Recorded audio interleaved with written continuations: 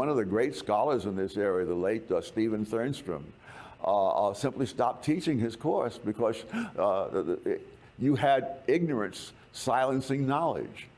Ignorance silencing knowledge. And you write an entire section on knowledge. You break it down into different subsections. Let me ask you this. I don't even know if you watch news these days, but you're talking about what goes on in the classroom. Are we really a nation that's about knowledge now? Or are we a nation that's about substituting the language of the hard left for real words, substituting the thought process of people who really seek to find, quote unquote, the truth with ideology? What have we become on the whole? I mean, when I watch the news, all I hear is propaganda, surface level BS.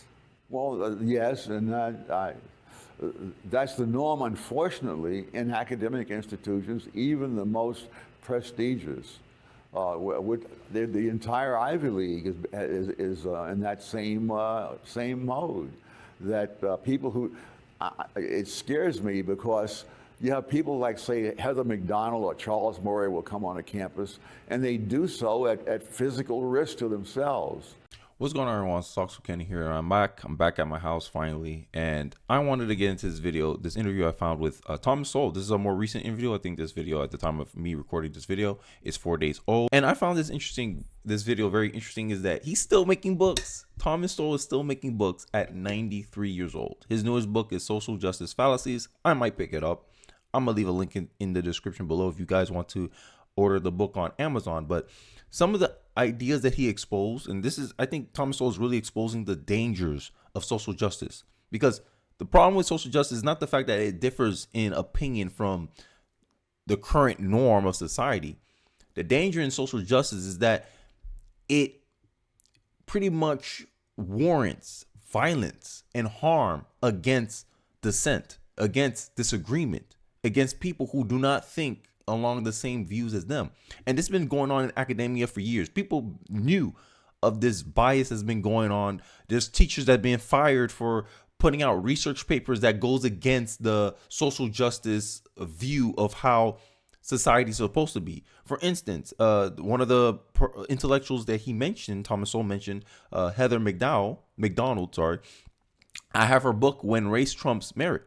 And she has a bunch of facts about how Black students are falling behind in school due to less academic investment, that DEI will not necessarily help these students perform well because it's already too late at that point. Because it's the high school, elementary to high school is where black students or minority students need the support to be qualified for college, not lowering the standards so these kids can make it into college, because then all you're doing is setting them up for failure, right? She'll get harmed for that, because these people have no argument.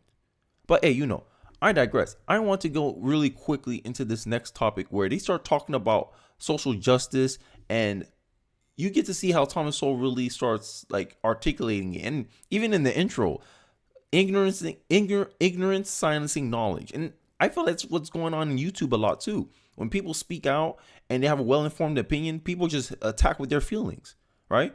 And there's power in ignorance, because with ignorance, you can rationalize yourself into doing anything. And this is what I see is one of the dangers of this whole social justice narrative that the race hustlers jump into, the modern feminist seems to jump into. And I think this is a very big problem in our society, that people cannot debate their ideas anymore, right? But hey, I digress. I think I'm rambling too long. Let's get into this next clip. One of the big problems about the social justice field is that what they say sounds so good. It's only after you study history that you find out just how bad, how horribly it actually turned out. Well, these phrases are very nebulous. Social justice. What does that mean? Basically, if you agree with the Marxists and the leftists, then you support social justice. But on the other hand, if you support individuality and capitalism and private property rights, obviously you're anti-social justice. What does all this mean? Well, that's how they look at it. They seem to assume a world in which if things don't turn out the same for everybody, that means that somebody has done somebody wrong. And that's an incredible assumption that human beings have such enormous control over their own fates individually or collectively. I mean, when I think back over my life, and I'm sure other people can do the same in their lives, there are times that a particular person appeared on the scene and changed the whole trajectory of my life. And it's happened more than once, and I'm sure it's happened in the lives of many other people.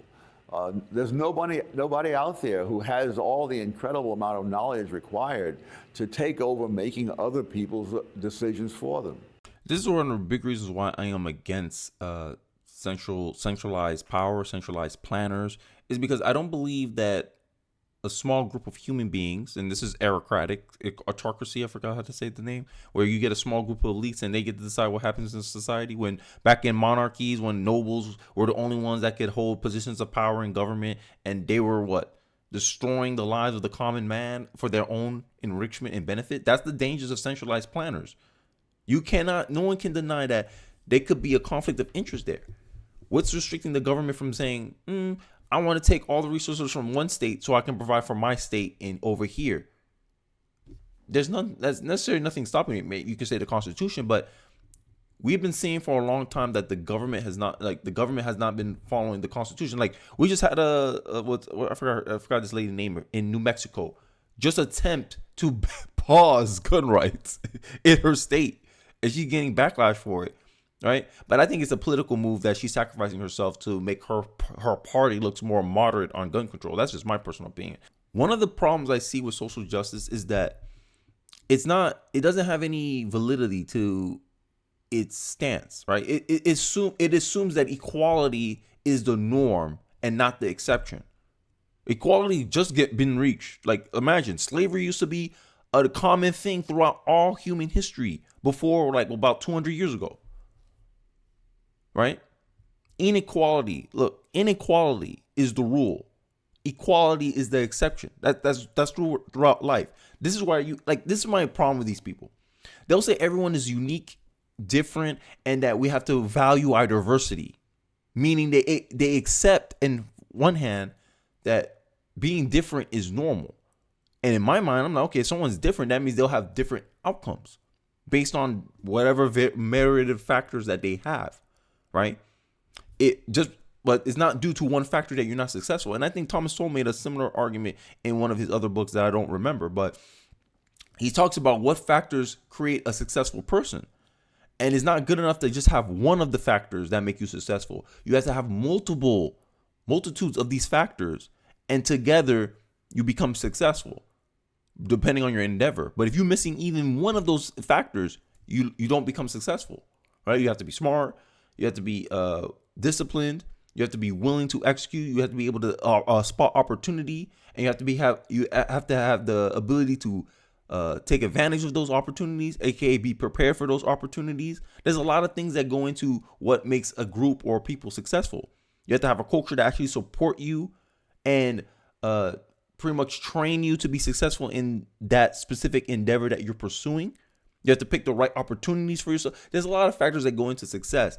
And the kind of, I guess, simplification of this nuance and saying, no, the reason why I don't make it in life is because of my identity. Put whatever identity you want to put. This is why I'm against identity politics. Because I believe your behavior drives your outcomes more than your identity does. But hey, I digress. Let's go into this next clip where Levine starts talking more in nuances about, like, is it centralized power? What is the purpose of social justice? Let's take a look. This term social justice, do they really mean centralized government, redistribution of wealth, a permanent government that undermines representative government? Isn't this really the nomenclature for that? It is. And if you realize what enormously high opinions many of the intellectual elites have of themselves, you can see that what it boils down to is very intellectual people like themselves just simply preempting the decisions of other people in every aspect of their lives. One of the things that is astonishing to me now is that we're having this big debate about sex education in the schools. And to me, the question is, what qualifies the people who are pushing this stuff to take over the roles of parents? What's also very troubling is that this all came out during the COVID pandemic, when students were studying at home and the parents got to see what was being taught in the schools. Now, it so happens that 30 years ago, I wrote a book called Inside American Education, in which all of this was laid out just exactly as it's happening now. The fraudulence of it, the appearance that this is responding to what the students want. I can't imagine how many young people in the elementary schools especially are saying that they are a boy but they want to be a girl, or they're a girl and want to be a boy. I can't think of anybody in my whole lifetime who was saying things like that. And if you follow the sort of institutional way these things are done, there are groups outside the school system and inside the school system who want to do this, and who know that the parents don't want them to do it, and they do it anyway, and they pretend that they're responding to what the students want. They're not. I agree. It's almost like they're creating the demand, right? It's the same thing that happened with sex education, right? There was I forgot the rate of teen pregnancies at that time, but they cater to a small, pretty much they cater to the exception, saying, "Oh my God, look, teen pregnancies is on the rise," and it wasn't. But there was a certain percentage of teen pregnancies that's going on in the country, and they reacted to that small percentage, and next thing you know, it expanded. Now they had TV shows over teen pregnancies, and this is my problem with people, is that I know if you show me the incentives, I'll show you the outcome. If you start televising women that get pregnant as teenagers, are you shunning that, or are you kind of rewarding that? Is it some type of positive reinforcement? Hey, this girl got famous because she got pregnant in high school. It became seen that in our public consciousness, in the society conscious, that, oh, this is a normal thing that happens. So we have to respond to that, right? Essentially creating their own lane.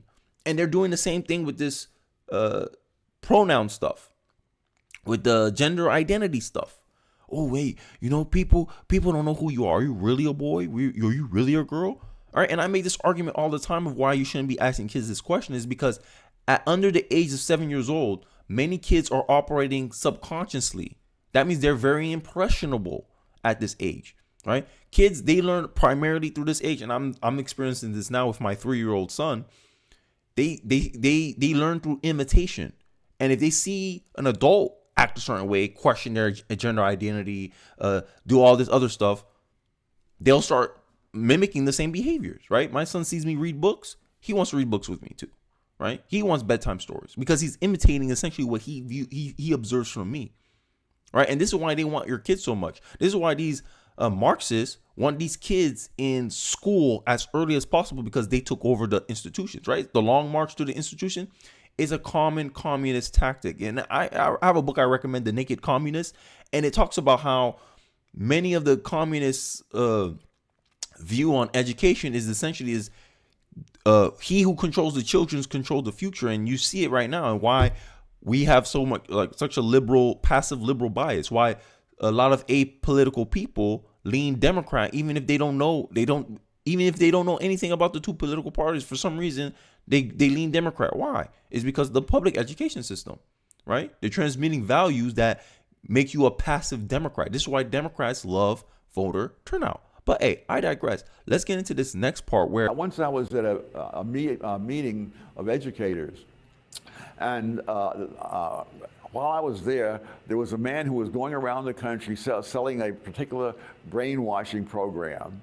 And he showed me his schedule, and he was scheduled, my gosh, for every 2 or 3 days for months to be pushing this stuff in all the schools. And he mistook me as if he thought I was a school official, and he was regaling me with all of this. It's clear this is not a spontaneous thing. This is organized, and the tactics used are the tactics that were developed for brainwashing in communist countries. The book is Social Justice Fallacies by Dr. Thomas Sowell. And in fact, Dr. Sowell, critical race theory, the 1619 Project, these are really anti-knowledge, aren't they? They're really propaganda.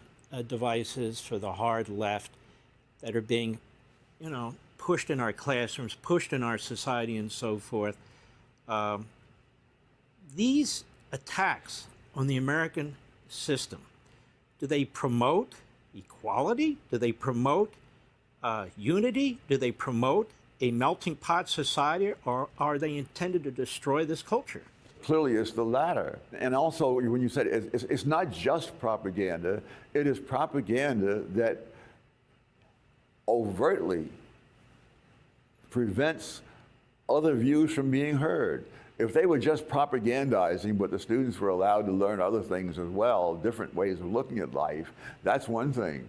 But anyone who, for example, there are people who've taught academic courses on racial and ethnic issues at Harvard and other places who just simply stopped teaching their courses because if they were saying anything that was different from what the propagandists were saying, you would have violence on the campus and so on, and the university administrators would not protect their classes. I don't understand how, like, hearing that, cancel culture, who gets threatened with violence more, conservatives, obviously, or people who just don't agree with what the dogmatic left claims that society is supposed to go, right? And this is why they go after children, because children are less likely to dissent against authority. Because children, but this is why I'm saying that certain topics should not be taught to children, is because children, like, this is the funny part about consent, right? Like, the left will argue that no one under a certain age can give consent to have any sexual experience with anybody. But then there will be the same people to take advantage of the fact that kids don't know enough to really properly weigh in the information given to them. They'll just assume it as gospel. And they play on this plausible deniability. Oh, that's not what we're teaching kids. We're not influencing kids to think a certain way, but kids are beholden to authority because the child psychology relies on authority to protect them. Right? If I tell my son, go over there, he's not going to really question why I'm telling him to go somewhere. He's just going to do it because he's my son, and he thinks, oh, Dad's trying to protect me, so I'm just going to listen to him.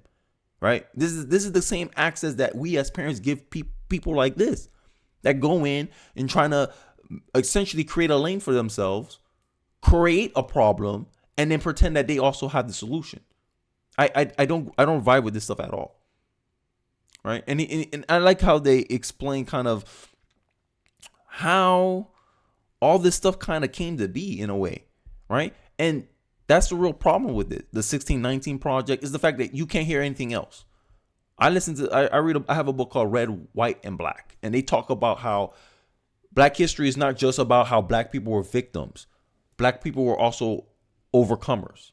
Black Wall Street, the Negro Business League, right? They were multi-generational college graduates during the 1920s. And all that changed because of what? The progressives influenced Black culture and changed the value system that Black culture used to evaluate success. Now, instead of focusing on human capital like it was in the 1920s, the Black community started focusing on political power. And what happened? The downfall of the Black community. Black community was the fastest rising minority in the country at the time. The literacy rates exploded immediately. They're like, yo, just one generation after slavery, most of you guys are already literate? How is that? Everyone saw that as an astonishment. But we don't teach that in Black history. We teach how victimized Black people are to justify their victim mentality and their victimhood today in 2023.